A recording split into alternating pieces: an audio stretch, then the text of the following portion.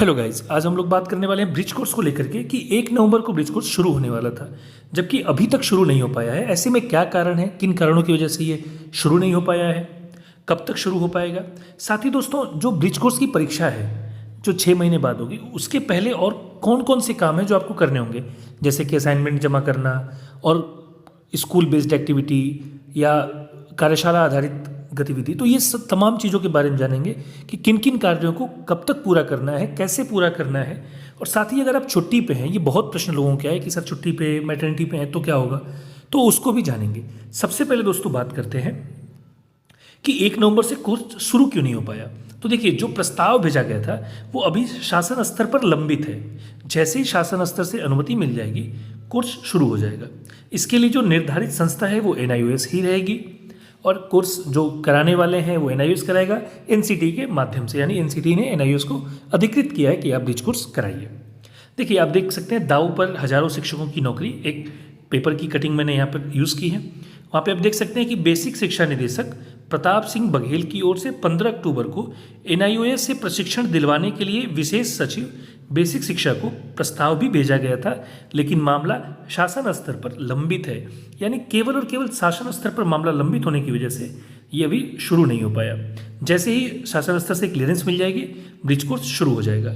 अब ये एक लेटर आप देखे होंगे, शुरू में आया था, आनंद कुमार सिंह जी हैं उत्तर प्रदेश के सचिव, उत्तर प्रदेश शासन के, उनका एक लेटर था जिसमें ये कहा गया था कि इतने इतने तारीख से ब्रिज कोर्स शुरू होगा, जहाँ पे डेट भी थी कि 1 तारीख से लेकर के 15 तक आवेदन स्वीकार किए जाएंगे।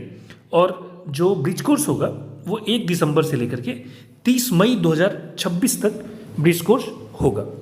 ऐसे में इसका क्या हुआ, कुछ लोगों ने कहा कि ये कोर्ट में हलफनामा था।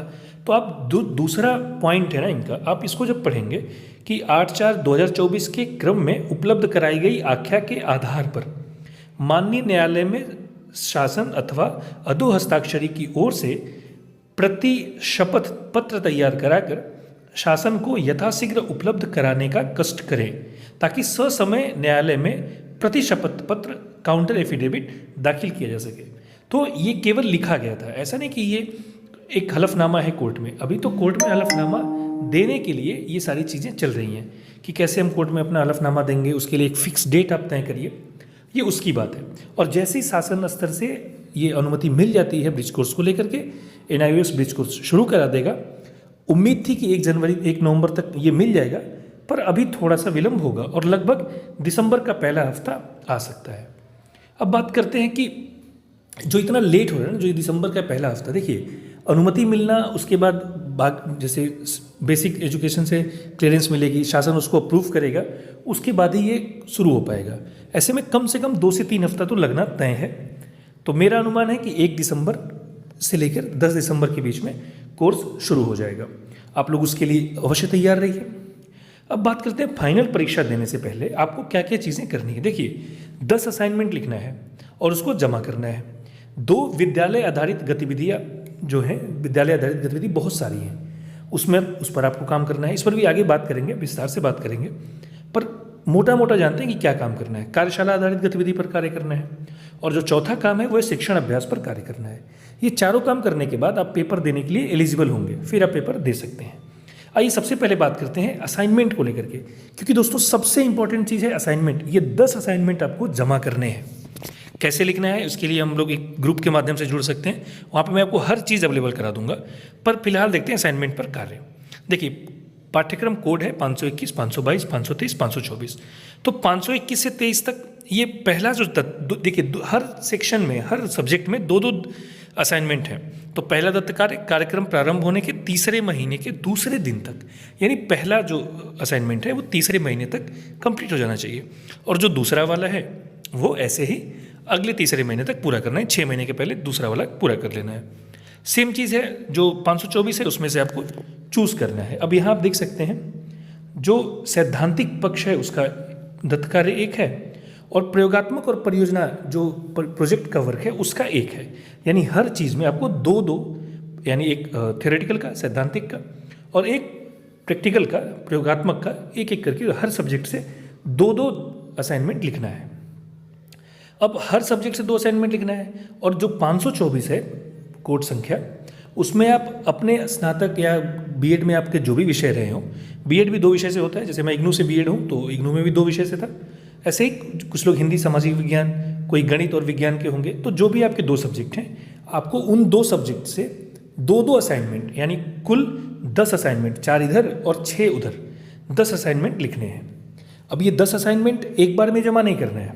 पहले ही बताया गया था कि जो 3-3 महीने का समय है ना, जो पहला असाइनमेंट है हर सब्जेक्ट का पहला, यानी 521 का पहला, 522 का पहला, 523 और 524 के दोनों में पहले, यानी इस दोनों सब्जेक्ट के कुल 5 असाइनमेंट जैसे ही एडमिशन आप कराते हैं उसके 3 महीने के भीतर आपको जमा करना है।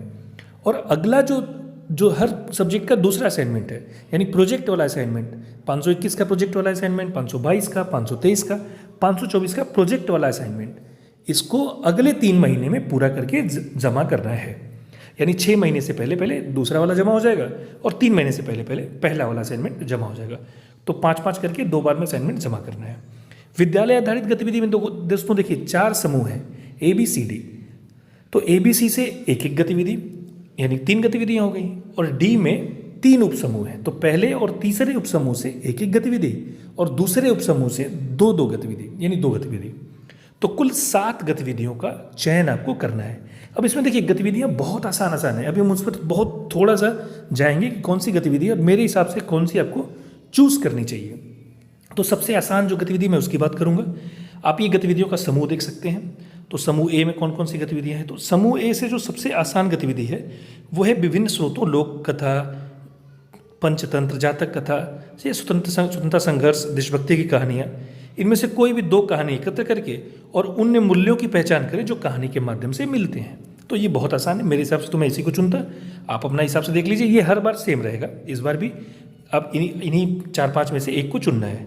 समूह बी में जो सबसे आसान मुझे लगा वो है कि आप अपने या तो पड़ोस के बच्चे का केस प्रोफाइल ले सकते हैं, वो भी बहुत आसान है, या फिर आप बच्चों के अधिकार के उल्लंघन संबंधित समाचार पत्रों के 20 कतरन, ये भी आप कर सकते हैं।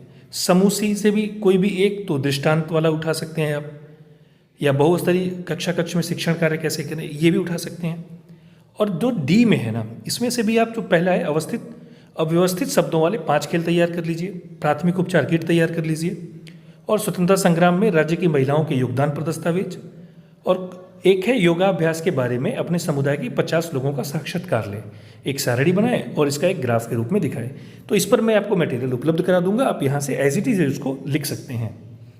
अब बात करते हैं कार्यशाला आधारित गतिविधियों की।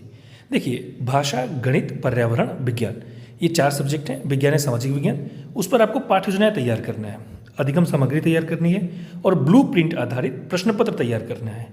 और इन्हीं चारों चीज़ों का प्रदर्शन जो है वो कार्यशाला में किया जाएगा। अब देखिए कार्यशाला 10 दिन की होती है, ये मोस्टली डाइट पे होती है।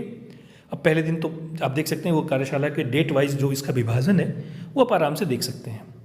और सबसे अंतिम में पृष्ठ पोषण होता है, यानी कि फीडबैक लिया जाता है, स्टूडेंट ही करते हैं।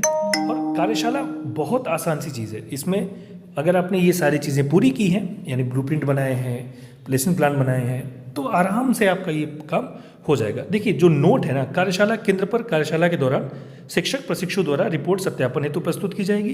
परामर्शदाता और पर्यवेक्षक विद्यालय आधारित गतिविधियों का कार्यशाला के दौरान आकलन करेंगे।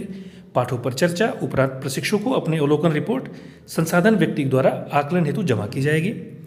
प्रत्येक सत्र के दौरान प्रत्येक प्रशिक्षु का आकलन उनके प्रदर्शन के आधार पर संसाधित व्यक्ति के द्वारा सतत रूप से किया जाएगा। और सबसे लास्ट पृष्ठ पोषण सत्र, यानी जो फीडबैक का सेशन होगा, का संचालन कार्यशाला समन्वयक तथा संबंधित संसाधन व्यक्ति द्वारा किया जाएगा। ये केवल 4-5 सावधानियां हैं जो आपको देखनी है, यही मेन है, अदरवाइज आराम से कार्यशाला हो जाता है, उसमें कुछ नहीं करना है। इसके बाद बात करते हैं शिक्षण अभ्यास पर कार्य। देखिए भाषा, गणित, पर्यावरण, विज्ञान या सामाजिक विज्ञान, इनमें से प्रत्येक के लिए 4-4 लेसन प्लान तैयार करना है और उन्हीं पर आपको टीचिंग प्रैक्टिस करनी है, यानी जो शिक्षण का अभ्यास है उसी पर करना है। यानी कुल 16 पाठ्य योजनाएं तैयार करनी है। देखिए एक होगा इसमें आपके लिए परामर्शदाता जो आपके स्कूल के आसपास का होगा, और एक परामर्शदाता के लिए 5 प्रशिक्षु और 10 परामर्शदाताओं पर 1 पर्यवेक्षक होगा। शिक्षण अभ्यास में आप इसको देख सकते हैं कि कैसे ये सारी चीज़ें चेक करेंगे। यानी 4 जो पाठ है वो परामर्शदाता द्वारा मूल्यांकित किया जाएगा और 8 सामान्य पाठ दूसरे के द्वारा। तो ये बहुत आसान है, इसमें कुछ नहीं करना है, ये सारी चीज़ें हो जाएंगी।